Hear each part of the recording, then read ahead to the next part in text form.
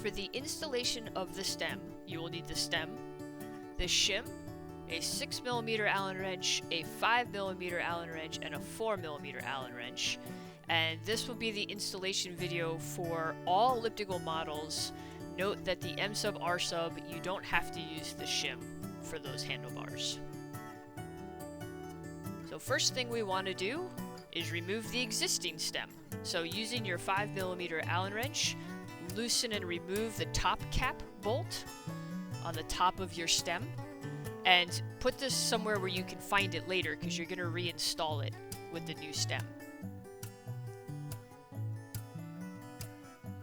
Now use your 4mm Allen wrench, and we're going to remove the faceplate bolts that hold the handlebars onto the stem. So go ahead and remove all of the bolts, the plate will come off, and then the handlebars will come off, and just put the handlebars gently on the ground.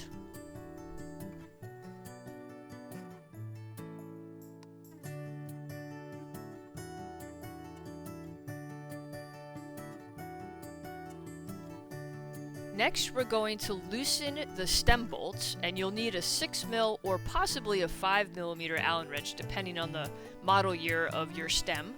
But go ahead and take your wrench and you're going to loosen the stem bolts. These are the bolts that connect the stem to your steering column.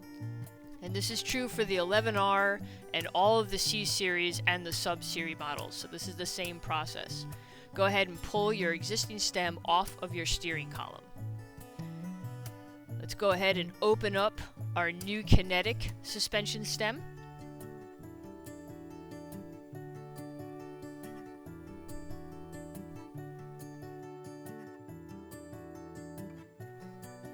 In the box will be the instructions for the stem, an explanation of how the stem operates, as well as the additional springs that come with the stem. And I will show you how to replace the spring. You can just go ahead and put the stem on with the existing spring that's in there. They're color-coded based on stiffness. But for this video, I'm going to replace the springs. So these are the extra springs that we have. There's a soft one, which is blue, and then a medium one, which is green, and then the black one that comes installed with the stem is the stiffer spring. Again, this is a rider preference thing, and for the purpose of the video, we're going to go ahead and remove the stock spring. You'll need a 2.5mm Allen wrench, and you'll loosen the little set screw on the top of the stem, about 2.5 turns, and then you're going to push the little pin out of the stem. I use my wrench to kind of give it a start. Just push that little pin out of the stem. You can pull it out with your finger. I popped it out, but just remove that pin there. And once you have the pin out, you're going to pop the front of the stem open. It's going to flip up, if you will. A little bit of force, put your hand on top, and we're going to push down on the top of the stem to open it. Be careful that the springs may shoot out across the room, so go slow. And go ahead and open that up, and then you can pull out the spring from the stem. There's a couple pieces to this. There's a little damper on the bottom, the spring, and then the top damper. So we're going to put in the blue spring, which is the softer option. You're going to put the damper back in. You're going to drop that into the stem, and then put the top piece back on, and it aligns with a little slit at the top portion of the stem. So you line that up, and you actually want to pull the top up and over the spring, which I don't do a very good job of showing, but it goes up and over, and then you want to push down on the top of the stem to align the hole position back up.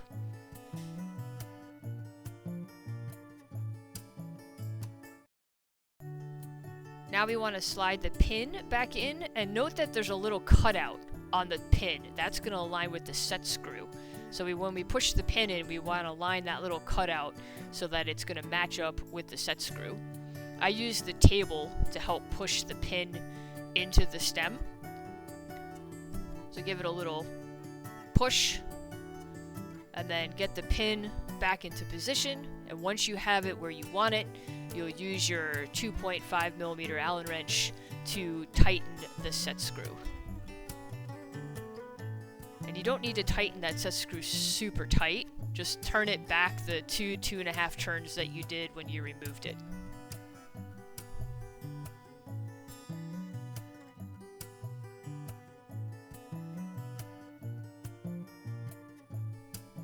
Okay, now we're going to install the stem onto the steering extender, the steering column. You're going to want a 4mm Allen wrench to loosen the stem bolts. Loosen them up fairly loose. On the 11R or the 8S models, you can slide the stem onto the extender quite easily. On the C series and the M sub R subs, the column fits, but it's a little bit tight of a fit. So you can see I'm putting this onto a C series extender, and I can't get it to slide all the way down.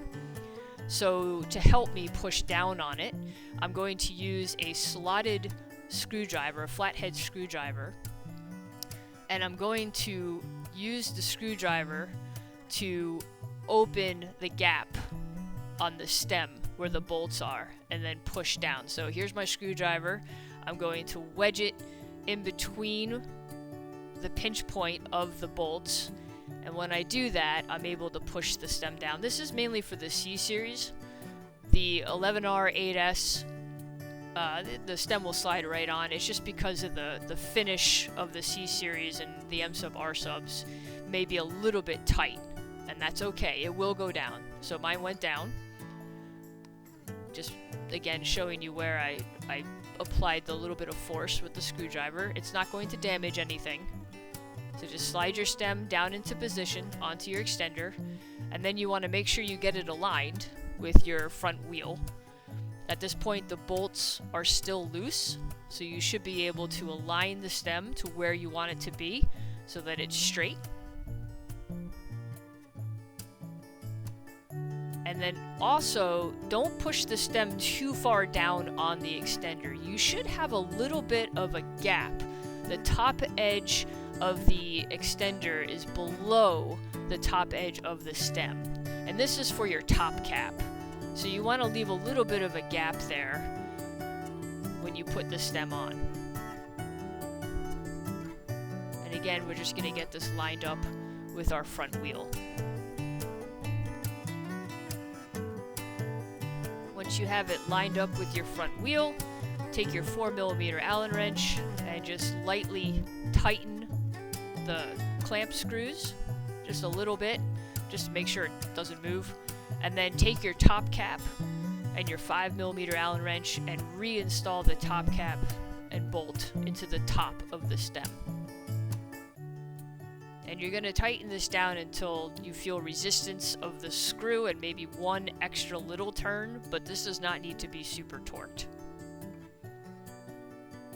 Once you have it set where you want, then use your 4mm Allen wrench to tighten the stem bolts, and that's about 6 Newton-meters of force, so a little bit of a oomph into the turn of the wrench, but don't put your full weight behind it.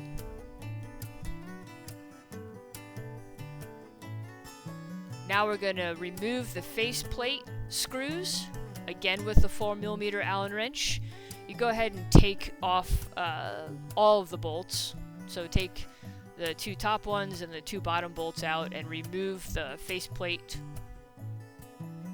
cover itself.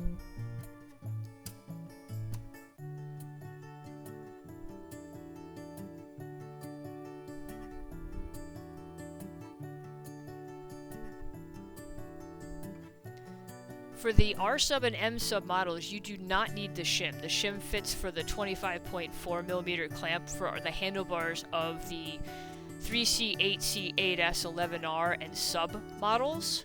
If you have switched out your handlebar of the M sub R sub to a smaller size, then yes, you will need the shim, but the M sub R sub models is a 31.8, so you do not need the shim at this point. You can skip ahead of the video, but for the rest of you, you're going to need the 2 shims that came with it.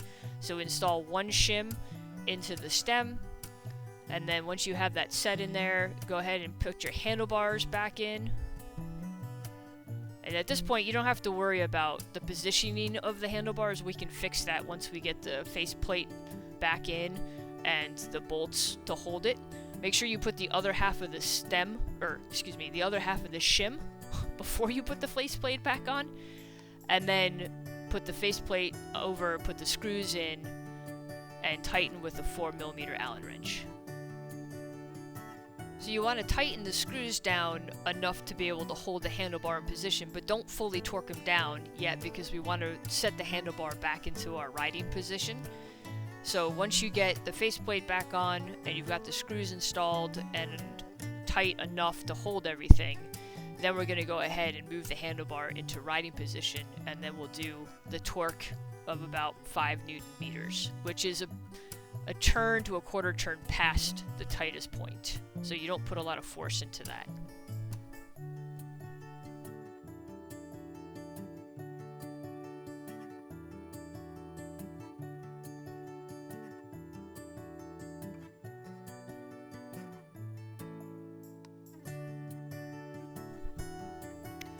After you have all of the faceplate screws torqued to 5 Nm, that is it. You're all set. Your new stem is installed. If you have any questions or concerns about this, please contact us at service@elliptigo.com.